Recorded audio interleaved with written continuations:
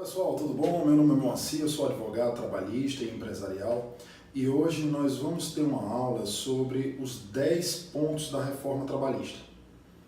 Ainda é muito controversa essa reforma que foi instituída em 2017, mas até hoje alguns empresários e empregados têm muitas dúvidas do que mudou na reforma. Nessa aula nós vamos tratar dos 10 pontos da reforma trabalhista mais importantes e que mais geram dúvidas nos empregados e nos empregadores. Iremos iniciar pela o que é combinado entre a empresa e o trabalhador. Veja bem, com a reforma trabalhista houve algumas mudanças no sentido de que o que for combinado entre a empresa e o trabalhador é que prevalece.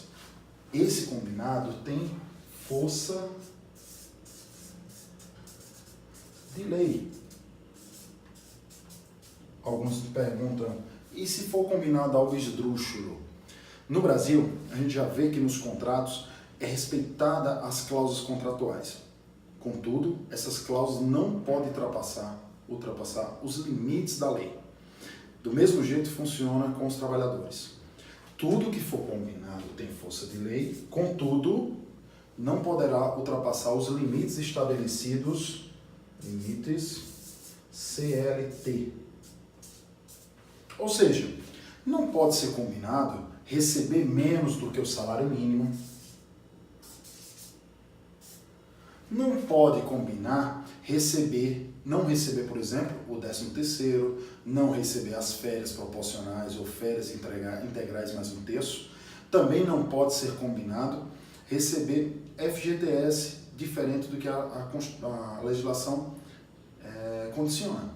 Então é muito importante isso. Poderá, sim, combinar várias coisas no contrato de trabalho.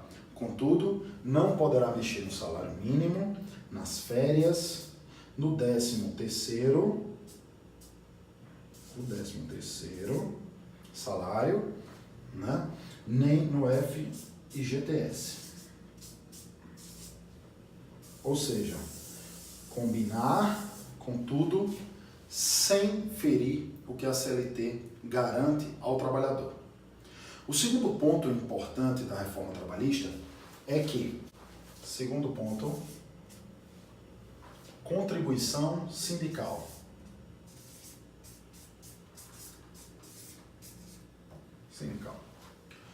Agora, não há mais obrigatoriedade que existia para a contribuição sindical. Isso dá liberdade ao trabalhador, né, de decidir se ele contribui ou não para aquele sindicato. Essa é uma reforma muito importante, porque o trabalhador, por muitas vezes, contribuía para o seu sindicato de classe, contudo, não se sentia representado. E isso retirava da sua mensalidade, dos seus valores, dos seus vencimentos para aquela contribuição. É muito importante que tanto o trabalhador quanto o empregador tenha total liberdade de contratar ou não aquilo que ele acha correto. Então, hoje, não implica dizer que os sindicatos têm que se acabar, têm que ter sua trajetória interrompida. Não implica dizer isso. O que implica dizer hoje é que vai existir um fortalecimento grande dos sindicatos que verdadeiramente defendem o seu trabalhador. Então, o trabalhador que se sentir representado por aquele sindicato de classe, ele tem total liberdade de realizar sua contribuição sindical. O terceiro ponto da reforma trabalhista, é poder parcelar as férias do empregado. Anteriormente, não poderia haver o parcelamento de férias. As férias teriam que ser dadas de forma integral, 30 dias de férias. Com a nova legislação, isso não existe mais. Poderá sim o empregador, obviamente, em concordância com o empregado, destrinchar, ou seja, parcelar essas férias em até 3 vezes. Muito importante nesse quesito é que as férias poderá ser divididas em até 3 vezes, mas uma dessas parcelas não poderá ser menor que 14 dias. Ou seja, O empregado que tem 30 dias de férias, isso nada foi modificado, ele poderá tirar ela em 3 vezes, parceladas.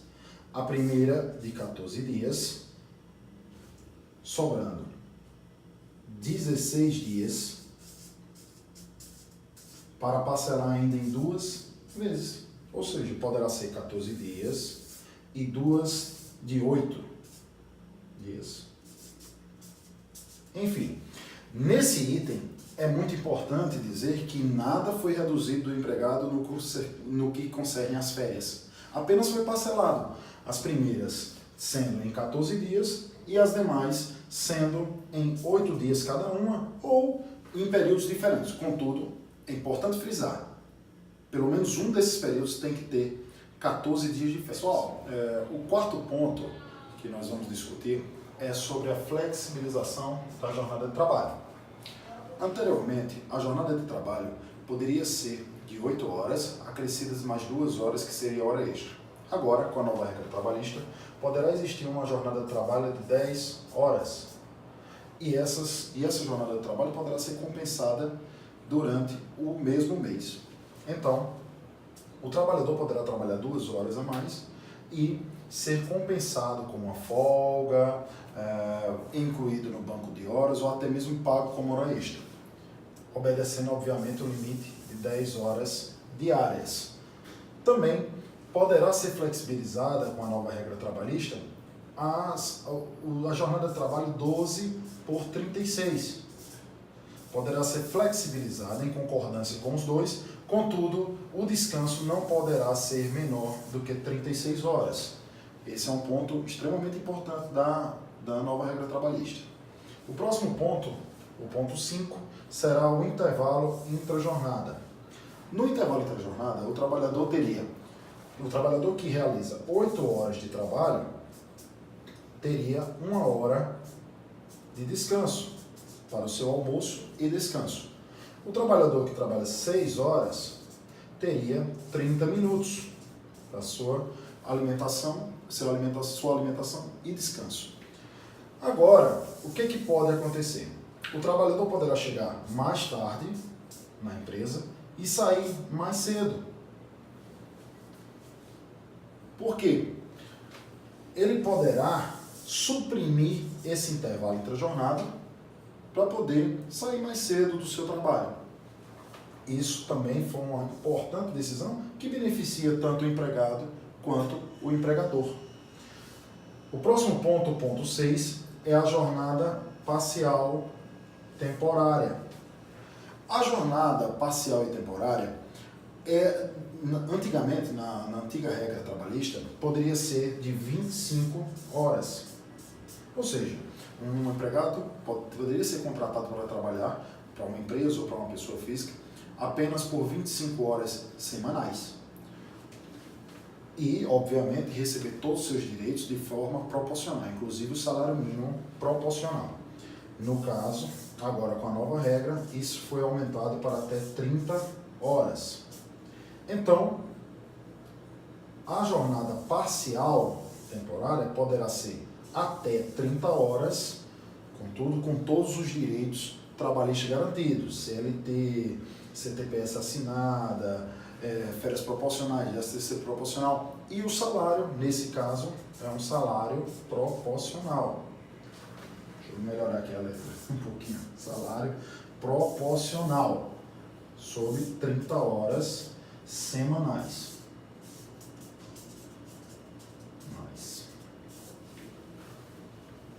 Vamos agora para o 7º ponto. O 7º ponto da reforma trabalhista que nós vamos abordar é a jornada intermitente.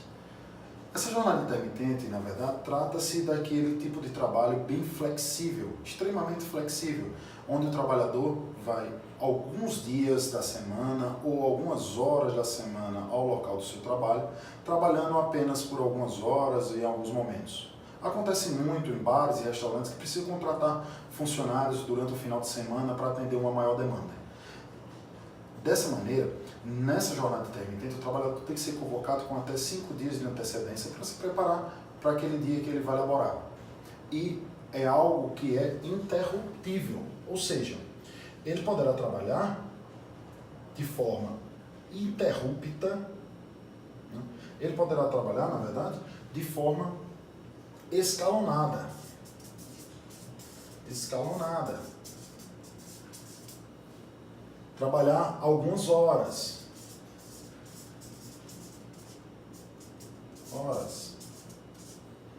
E deverá ser convocado.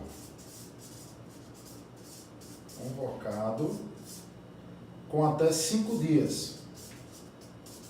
Com até 5 dias de antecedência.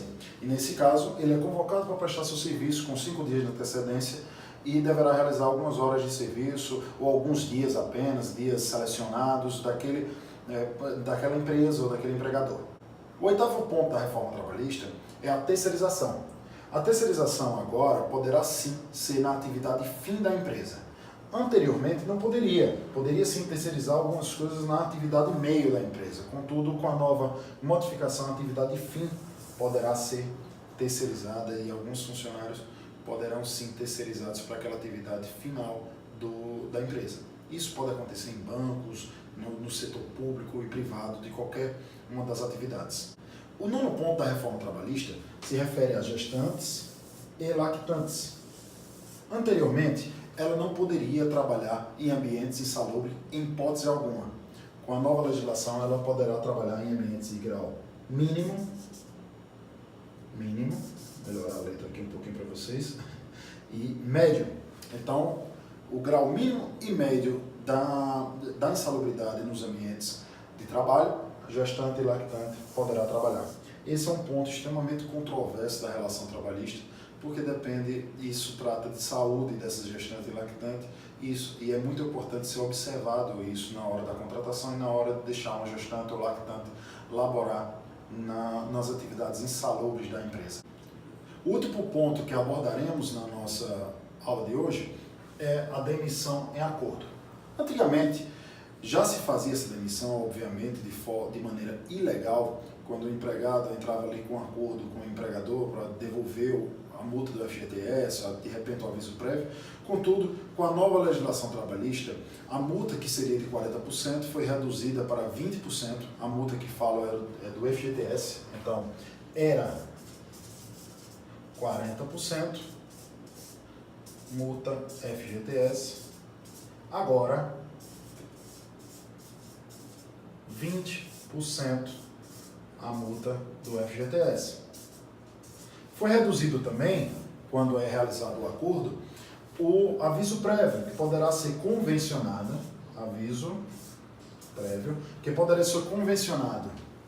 de 30 dias, que era na antiga regra, para 15 dias. Cumpre observar, pois, que o empregado não terá direito ao acesso ao seguro-desemprego caso realize acordo com o empregador para demissão. Espero que vocês gostem. Aqui nós terminamos os 10 pontos da reforma trabalhista, os 10 pontos que eu considero mais importantes da reforma trabalhista. E nós teremos no nosso canal novos vídeos posteriormente relativos a direito do trabalho, ao processo do trabalho e técnicas para que as empresas tenham um menor custo com o judiciário, trabalhando de maneira correta com a Justiça do Trabalho. Um grande abraço e até a próxima.